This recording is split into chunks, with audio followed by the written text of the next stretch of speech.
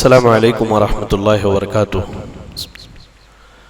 الحمد للہ رب العالمین، الصلاة والسلام علی رسولہ الکریم وعلی آلہ واصحابہ ومن تبعہم بإحسان الی یوم الدین، اما بعد۔ فقہ السنہ کے اس درس میں ہم اور آپ کتاب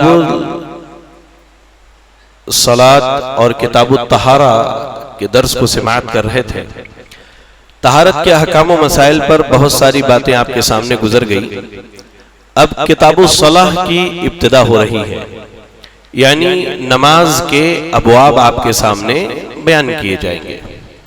میرے بھائی یاد رکھیں، نماز کے لیے سب سے پہلے آذان دی جاتی ہے اور اس کے بعد اقامت۔ اس سے پہلے میں نے آپ کو یہ بات بتلایا تھا کہ نماز کے لیے سب سے ضروری کیا ہے؟ طہارت ہے، وضو ہے، تو اس کے تعلق سے بہت ساری باتیں گزر چکی ہیں۔ اب نماز کے لیے جو ضروری امر ہے وہ ہے آذان اور اقامت۔ آذان کیا ہے؟ جی آپ میں سے کوئی بتلائیں، آذان کیا ہے؟ نماز کے لیے دعوت دینا، بلانا۔ جی بارک اللہ فیکم۔ جی ہاں، نماز کا وقت ہو جائے تو ایک خاص طریقے سے لوگوں کو اللہ کی عبادت کی طرف بلانے کا نام آذان ہے۔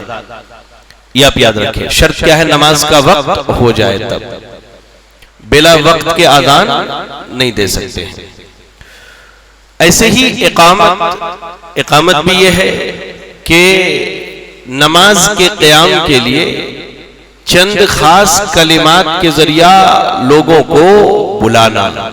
جی ہاں، یاد رکھیں کہ آذان اور اقامت یہ صرف اور صرف 5 وقت کی نمازیں اور نماز جمعہ کے لیے دی جاتی ہے۔ تراویح کے لیے آذان ہوتی ہے، جنازے کی نماز کے لیے آذان ہوتی ہے، عید الاضحیٰ اور عید الفطر کے نماز کے لیے آذان ہوتی ہے؟ نہیں۔ اللہ کے رسول صلی اللہ علیہ وسلم سے صرف 5 وقت کی نمازیں اور جمعہ کے دن کے لیے آذان مشروع ہے، مسنون ہے۔ قرآن مجید پڑھی آپ، سورۃ الجمعہ آیت نمبر 9 اور 10 میں اللہ نے کہا، یا ایھا الذین آمنوا اذا نودی للصلاۃ من یوم الجمعۃ فاسعوا الی ذکر اللہ وذروا البیع ذلکم خیر لکم ان کنتم تعلمون فاذا قضیت الصلاۃ فانتشروا فی الارض وابتغوا من فضل اللہ واذکروا اللہ کثیرا لعلکم تفلحون۔ اللہ نے کہا، اے ایمان والو، جب جمعہ کے دن نماز کے لیے منادی دی جائے، پکارا جائے، بلایا جائے، فَاسْعَوْا إِلَى ذِكْرِ اللَّهِ، تو اللہ کے ذکر کی طرف دوڑ پڑو، وَذَرُوا الْبَيْعِ، اور خرید و فروخت اور تجارت چھوڑ دو، یہی تمہارے حق میں بہتر ہے اگر تم جانتے ہو۔ تو اس آیت کریمہ میں نماز کے لیے بلانے کی بات کی گئی، اور اللہ کے رسول صلی اللہ علیہ وسلم نے نماز کے لیے بلانے کا جو طریقہ بتلایا وہ آذان کا طریقہ ہے۔ آذان دینے کی فضیلت کیا ہے؟ ماشاءاللہ ہم دیکھتے ہیں ہماری مسجد میں یا ہماری تمام مساجد میں نوجوان بہت پہل کرتے ہیں آذان دینے میں، اور ان کو پہل کرنا بھی چاہیے۔ ان کو کیا، ہر آدمی کو پہل کرنے کی ضرورت ہے۔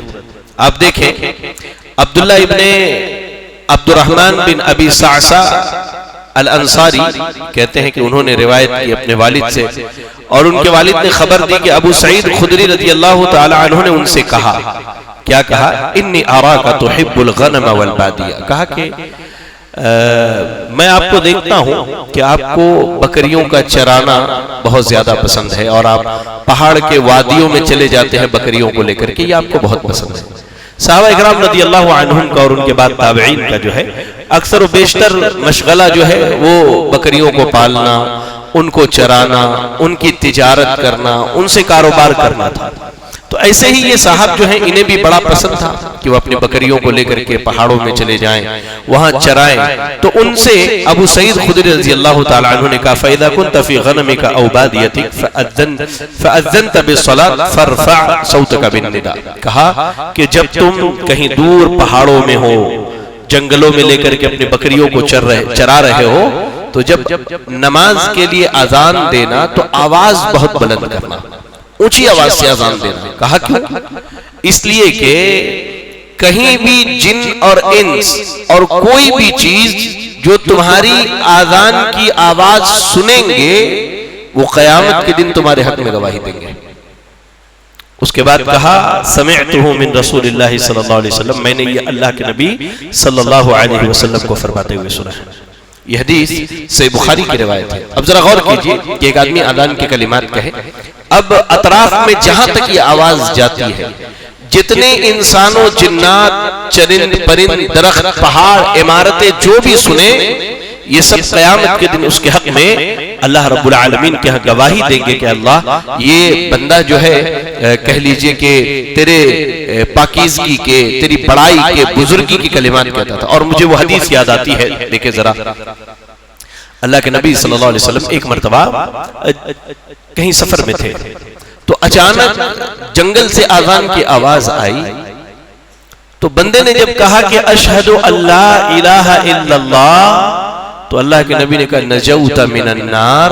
اگر واقعی پکے یقین اور سچے اعتقاد کے ساتھ یہ کہے کہ اللہ کے علاوہ کوئی معبود برحق نہیں، تو جہنم کی آگ سے محفوظ ہو گیا۔ بڑی فضیلت ہے اذان دینے والوں کے لیے۔ ایسے ہی صحیح مسلم کی حدیث پڑھے جس کے راوی معاویہ ابن ابی سفیان رضی اللہ تعالی عنہما کہتے ہیں میں نے اللہ کے نبی صلی اللہ علیہ وسلم کو فرماتے ہوئے سنا المؤذنون اطول الناس اعناقا یوم القیامہ، کہ میں نے نبی صلی اللہ علیہ وسلم کو فرماتے ہوئے سنا، آپ نے فرمایا کہ جو اذان دینے والے مؤذن ہیں سبحان اللہ قیامت کے دن ان کی گردنیں سب سے اونچی ہوں گی، یعنی لوگ دیکھ کر کے پہچان لیں گے کہ یہ بندہ اذان دیا کرتا تھا۔ یہ فضیلت ہے، وہ ایک مرتبہ ہوگا، ایک مقام اور ایک پہچان ہوگی خاص کہ یہ جو ہے یہ بندہ اذان دیتا تھا۔ اب اس کو ایک مثال سے سمجھیے، ہم صدقہ کرتے نا اللہ کی راہ میں، کرتے کہ نہیں کرتے؟ تھوڑا بہت جو اللہ نے توفیق دی اپنے اعتبار سے کرتے اور کرنا بھی چاہیے۔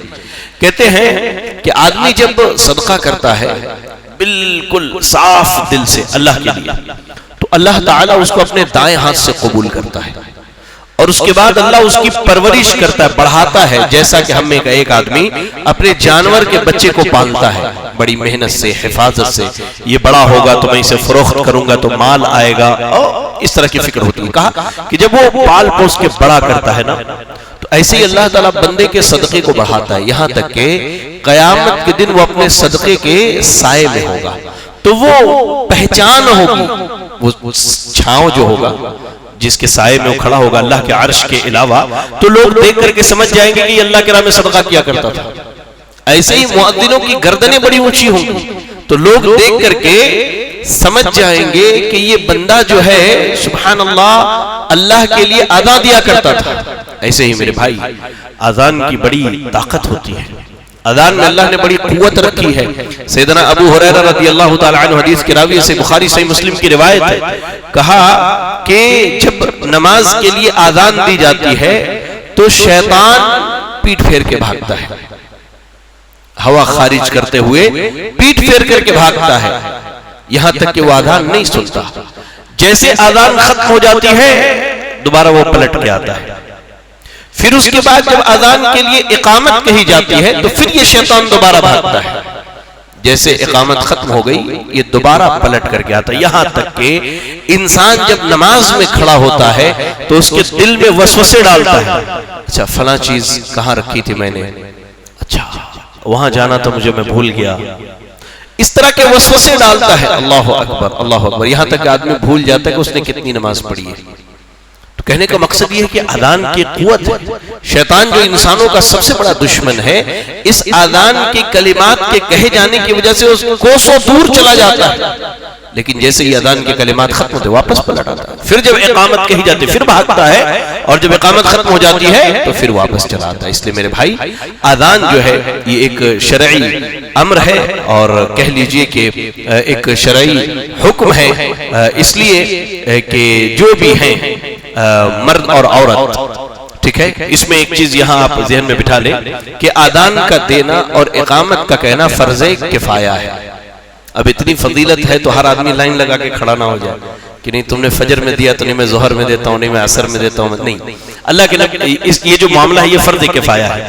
اگر کچھ لوگ اذان دے لیں تو سب کی طرف سے کافی ہے، کچھ لوگ اقامت کہہ لیں تو سب کی طرف سے کافی ہے، لیکن عورتوں کے حق میں اذان اور اقامت مشروع نہیں ہے۔ عورتیں اگر گھر میں نماز پڑھتی ہیں تنہا یا ایسی جگہ جہاں اذان کی آواز نہیں آتی تو عورتیں اذان نہیں دیں گی اور نہ ہی وہ نماز کے لیے اقامت کہیں گی، سیدھے سیدھے نماز کے لیے کھڑی ہو جائیں گی، ٹھیک ہے نا؟ چلیں تو انشاءاللہ اذان اور نماز کے متعلق بقیہ بہت ساری باتیں جو ہیں آگے آپ کے سامنے آئیں گی. دعا کریں اللہ سے کہ اللہ رب العالمین ہمیں اور آپ کو دنیا اور آخرت کی ساری بلائیاں عطا کرے اور ایسے ہی کتاب و سنت کی تعلیمات پر عمل کرنے کی توفیق عطا فرمائے.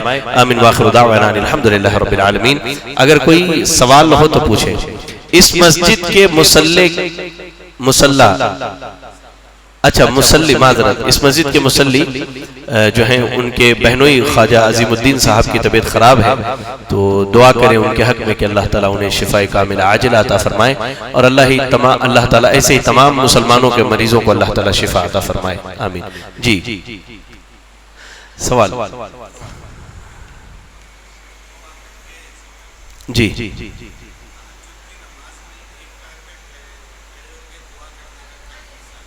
جی بارک اللہ فیکم. بڑا بہترین سوال ہے. سوال یہ ہے کہ تہجد کی نماز میں یا تہجد کی نماز کے بعد بہت سارے لوگوں کو یہ دیکھا جاتا ہے کہ وہ اپنی دعا میں اثر پیدا کرنے کے لیے، تاثیر کے لیے یا کہہ لیجیے اللہ سے دعا منوانے کے لیے ایک پیر پہ کھڑے ہو کے دعا کرتے ہیں.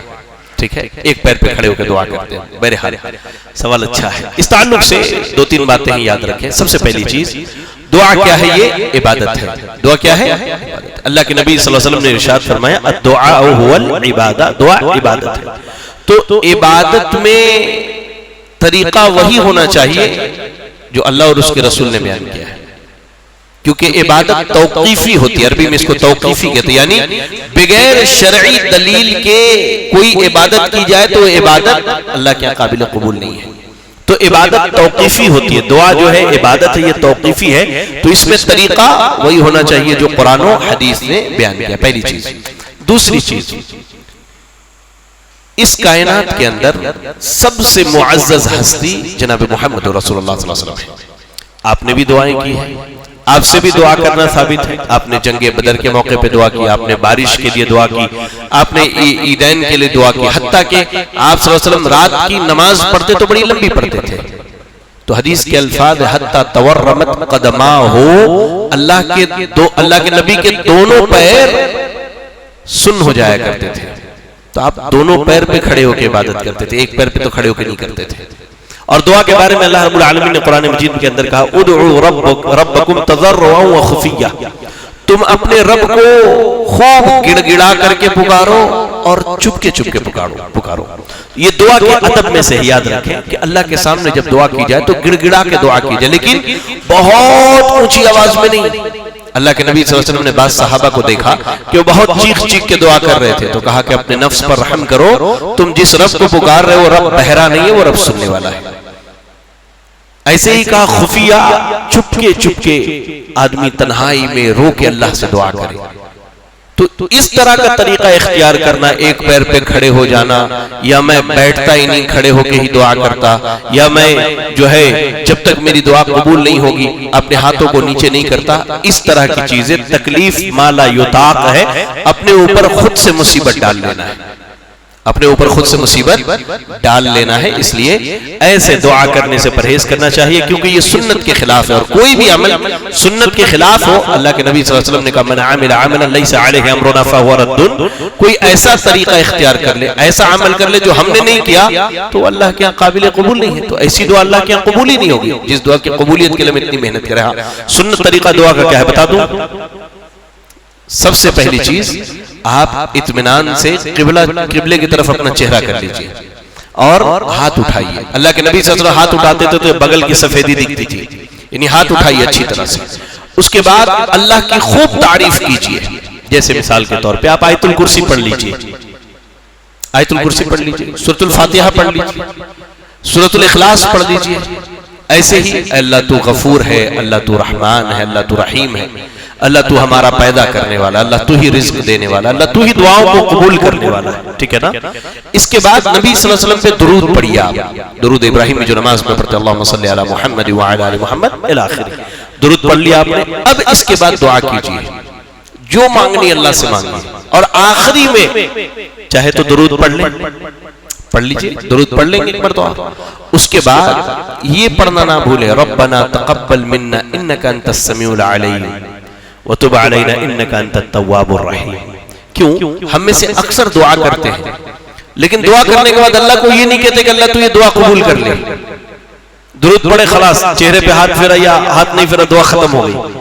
ابراہیم علیہ السلام کی زندگی کا مطالعہ کیجئے، آپ خانہ کعبہ کی تعمیر کرتے جاتے اور کیا کرتے؟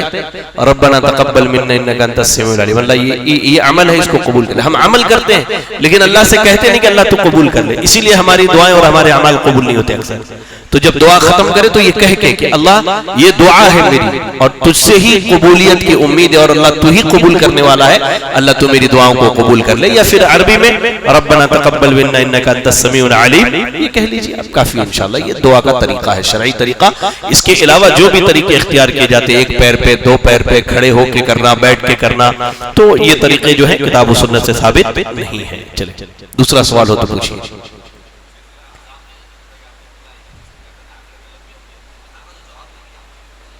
نہیں ان کے بارے میں نہیں، ہاں ان کو یہ ہے کہ ان کو اجر ملے گا انشاءاللہ، جو اذان کا جواب دیں گے ان کی گردنیں لمبی ہوں گی ایسا نہیں ہے کہیں بھی، لیکن ان کو اجر ہے انشاءاللہ۔ کیا اجر ہے؟ اللہ کے نبی صلی اللہ علیہ وسلم نے کہا کہ جو آدمی مؤذن کو سنے اور وہی کلمات کہے جو مؤذن کہتا ہے، سوائے حی علی الصلاح حی علی الفلاح کے، اس میں لا حول ولا قوت الا باللہ العلی العظیم کہنا ہے، ٹھیک ہے نا؟ کہا اس کے بعد اذان کے بعد کی دعا پڑھے، اس میں پہلے نبی صلی اللہ علیہ وسلم پہ درود پڑھے، اس کے بعد اذان کے بعد کی دعا پڑھے، تو اجر کیا ہے؟ اللہ کے نبی صلی اللہ علیہ وسلم کہتے ہیں حلت لہ شفاعت یوم القیامہ، قیامت کے دن اللہ کے نبی اس کی سفارش کریں گے، بہت بڑا اجر ہے۔ جی بارک اللہ فیکم۔ اور کوئی سوال ہے؟ چلیں سبحانک اللہم بحمدک اشہد ان لا الہ الا انت استغفرک واتوب الیک۔